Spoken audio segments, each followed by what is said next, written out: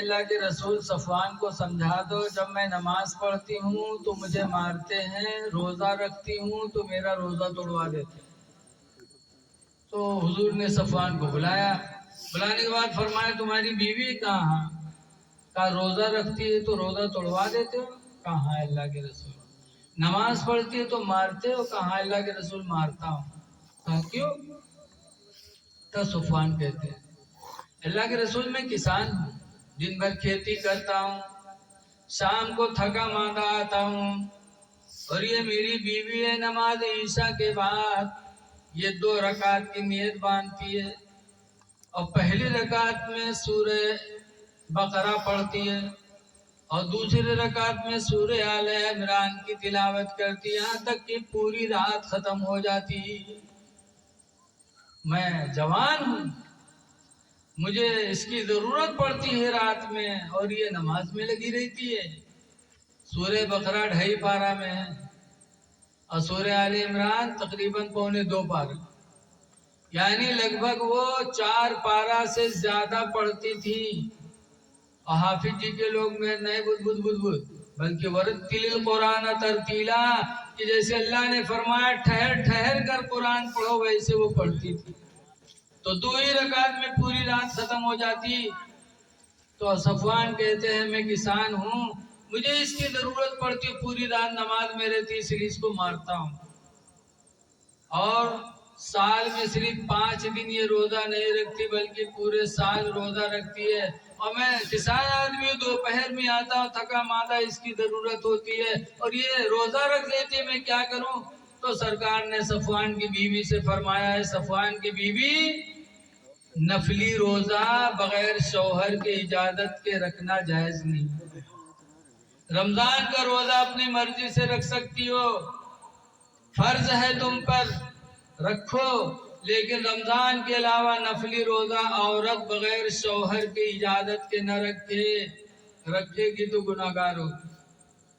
کیونکہ شوہر کا حق ہے بیوی پر۔ رات میں بھی اگر پڑھنا ہے تو مختصر رکعت پڑھو، چھوٹی چھوٹی سورت پڑھ لو، اور رات بھی تمہارے شوہر کی رات ہے، شوہر کے حقوق کا خیال رکھو۔ اب میرے دینی بھائیوں سوچو ذرا کہ رسول اللہ کے زمانے میں عورتوں کے دلوں میں کتنا جذبہ تھا نماز کا اور کتنا جذبہ تھا روزے کا، لیکن آج کل کی عورتیں اللہ رحم کرے دین سے دور ہوتی جا رہی۔ آج ہمارا معاشرہ گندا ہو رہا ہے، کس کی وجہ سے؟ ماں کی وجہ سے۔ کاش اگر ماں آج بچے کو گود میں لے کر اور قرآن کی تلاوت کرتی تو الحمدللہ قرآن کی تلاوت کا اثر بچے کے دل پہ پڑتا، بولو۔ لیکن آج ماں کی گود تلاوت سے خالی ہے۔ اللہ تعالیٰ کے رسول فرماتے اطلبوا العلم من المہدی، اے لوگو علم دین حاصل کرو ماں کی گود سے، الی اللحدی، قبر تک، ماں کی گود سے۔ کل کے بچوں کو ماں کی گود سے علم ملتا تھا، جیسے سرکار نے فرمایا تھا، جیسے غوث پاک نے قرآن کی دولت حاصل کی تو ماں کی گود سے،